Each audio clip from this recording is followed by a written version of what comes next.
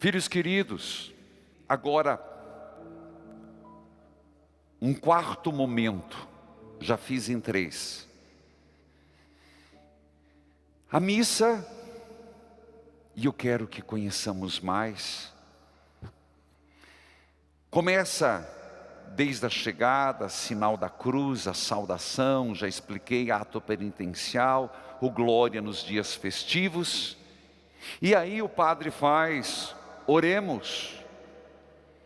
Esse oremos, que antes era chamada coleta das intenções, agora é chamada oração do dia. É quando o padre oremos e guarda um silêncio. E todas as pessoas que estão acompanhando presencialmente, o mesmo pelos meios de comunicação, colocam as suas intenções. É um recolher as intenções. E na própria parte oracional, na parte que nós chamamos eucológica, vou pegar uma aleatoriamente, diz assim, uma invocação a Deus. Pai, ó Pai, que fazeis crescer a igreja, dando-lhe sempre novos filhos e filhas. Concedei que por toda a sua vida esses vossos servos e servas sejam fiéis e professem a fé.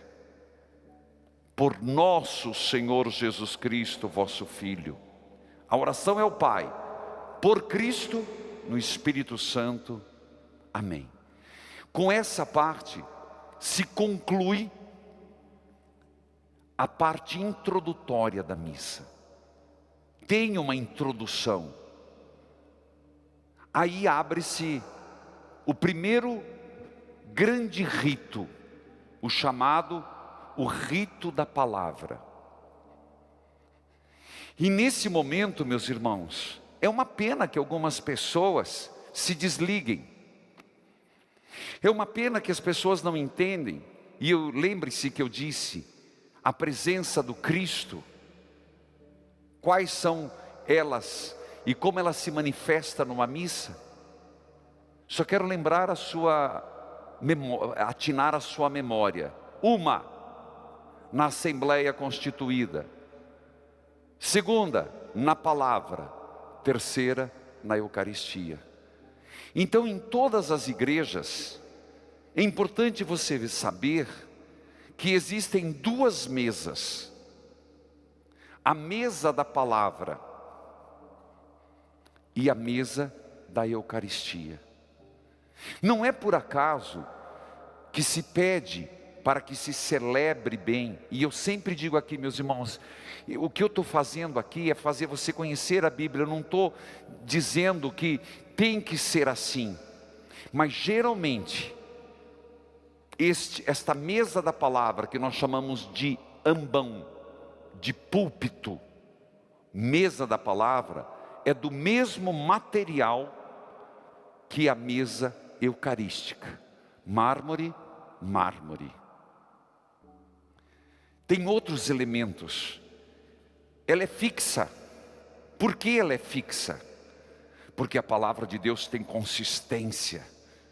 A palavra de Deus, ela vem para ficar. Ela não é móvel. Mas existe um outro, sim. Tanto que o comentário não é feito da mesa da palavra. Porque o comentário não é palavra. Ela é uma monição. Ela é um despertar interesse. Por isso, o outro é um ambão. É algo móvel. Não precisa ser da mesma matéria. Pode ser assim, pode ser uma estante. Na verdade, é mais uma estante do que ambão. É apenas uma munição. Na mesa da palavra, se proclama só o que é palavra. A primeira leitura, o Salmo. O Salmo é proclamado daqui. É claro que nós estamos num tempo em que a gente vai adaptando. Às vezes, aqui nós estamos fazendo na lateral, por uma questão de uso de microfone e esterilizado, porque estamos num tempo em que isso é preciso. Então, para podermos fazer as missas continuarem, o salmo está sendo feito de lá, mas é feito da palavra. A segunda leitura é daqui. O evangelho é daqui. As preces. Na mesa da palavra, como eu disse, se começa com um comentário. O comentário, ele não é obrigatório. Ele é feito e ele tem que ser curto. Existem comentários que são feitos que são quase um sermão. Está errado. Não é para fazer sermão. O sermão fará o padre depois. Não precisa ficar dando grandes explicações. É apenas uma munição. É um chamar atenção para o que vai ouvir. Veja, às vezes se valoriza demais os comentários em detrimento à proclamação da palavra. Depois dessa munição, é feita a primeira leitura nos dias festivos, no domingo. Nas missas feriais é uma leitura só. Feriais é semanais, perdão. Explicando, porque não tem nada de errado. E aqui, meus irmãos, como é importante a pessoa proclamar a palavra. Não é ler, não é gaguejar. Padre, mas aí o senhor está sendo muito exigente. Meus irmãos, cantar não é para todos, é para quem canta. Tocar não é para todos, é para quem sabe. Exige-se e é preciso que para a leitura se tenha boa dicção, se fale para fora. Porque se não está lendo para você, não é uma leitura individual, é uma leitura pública. E a pessoa que lê, ela está exercendo um ministério, um serviço. E por que proclamada? Para que todos os interlocutores compreendam com nitidez, com clareza. Mas é claro, se o microfone é ruim, e aqui nós temos que ter uma preocupação de ter bons sons na igreja. Não adianta ser mequetrefe. Para o som não se economiza. Repito, para o som não se economiza. Bons microfones. Mas também, meus irmãos, não basta ter uma Ferrari, tem que saber lidar o botãozinho de trás. Tem que se evitar ruídos. Começa a leitura, todo mundo faz assim, perdeu a palavra. Tem um ótimo aparelho, chega aqui a pessoa lê para dentro. Não. Tem que chegar antes, tem que treinar antes. Eu não diria que seria uma declamação, mas é uma proclamação. É falar com autoridade, é falar com conhecimento de causa, fazendo as vírgulas, fazendo os pontos. Não é para enaltecer a pessoa, mas é em respeito àquilo que está se exercendo. Uma palavra proclamada para a igreja, para a edificação, é palavra de Deus. A primeira leitura, salvo por razões especiais, Páscoa, Natal, é no Antigo Testamento. Quando tem a segunda leitura, não existe regra, mas se pede que seja um homem e a outra leitura uma mulher.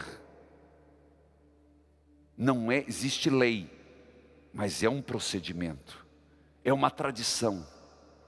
Eu falava da proclamação com autoridade, eu falava da proclamação com conhecimento, sem gaguejar, sem ficar descobrindo as palavras na hora. por respeito a quem escreveu a palavra e por respeito a quem está escutando. Por isso, não fique ofendido. Eu queria tanto fazer uma leitura, mas não faz nem pessoal, não tem dicção. Eu queria tanto, eu tenho um sonho de fazer uma leitura. Meus irmãos, existe pessoas para tudo. Existem outros serviços na igreja. Também, exatamente em respeito àquilo que vai ser proclamado, eu não quero ser moralista. Mas não é hora de chamar atenção para o sapato, para a roupa. Não é hora de fazer um desfile, não é hora de chamar atenção para si mesmo. Por que existe vestes na igreja? Por que o padre coloca as vestes? Isso eu vou explicar outro dia. Mas para cada veste tem um sentido. Mas em sentido maior é que eu desapareça, o homem, o Reginaldo e o Cristo apareça em mim, apareça nas vestimentas. Por que nós usamos aqui no santuário? Também, por favor, eu não estou dizendo que tem que ser assim. Eu estou dizendo, porque alguns têm ou uma bata, nós temos uma opa. O que é opa? Esse modelo sem manga. Que exatamente é para dizer, eu estou a serviço de.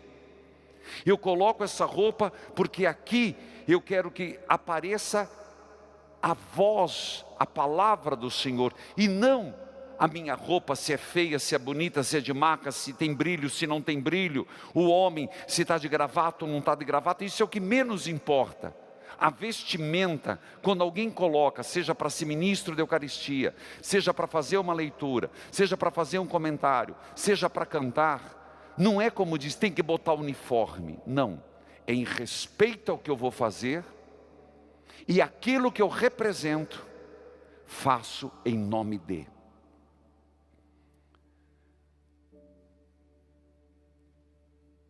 A primeira leitura geralmente é do Antigo Testamento, e ela segue um princípio a partir da escolha do Evangelho.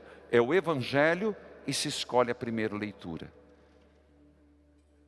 Há tempos atrás havia uma tendência de até mudar a primeira leitura por um artigo. Houve essa tendência na igreja, de um texto, de um livro, de um fato da vida.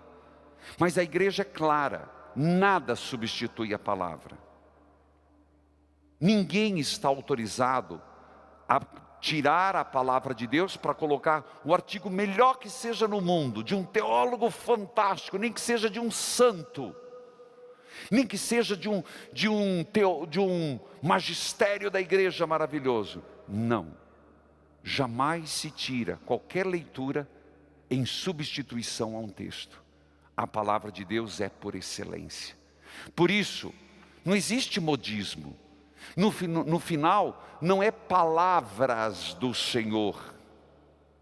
Não existe é plural, palavras. Existe só uma, palavra do Senhor.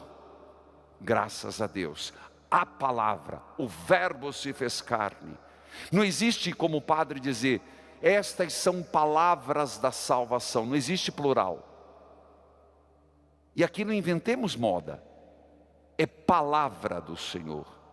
É singular. Sei que estou na primeira leitura. Mas na próxima quinta vai render mais. Porque muito do que eu já falei não repito. E aí falo do Salmo, da segunda leitura, do Evangelho. Foi uma decisão de explicar um pouco a liturgia, partes. Eu acredito que nós precisamos conhecer esses ritos, saber o que podemos e o que não podemos. A criatividade é muito bem-vinda, e até vou explicar momentos de criatividade, mas não existem elementos rituais inegociáveis. Não sei se existe a palavra imexíveis. que nós podemos ter criatividade no momento certo. Devemos trazer à vida o que a comunidade celebra, sim, no momento certo. Mas aquilo que é primordial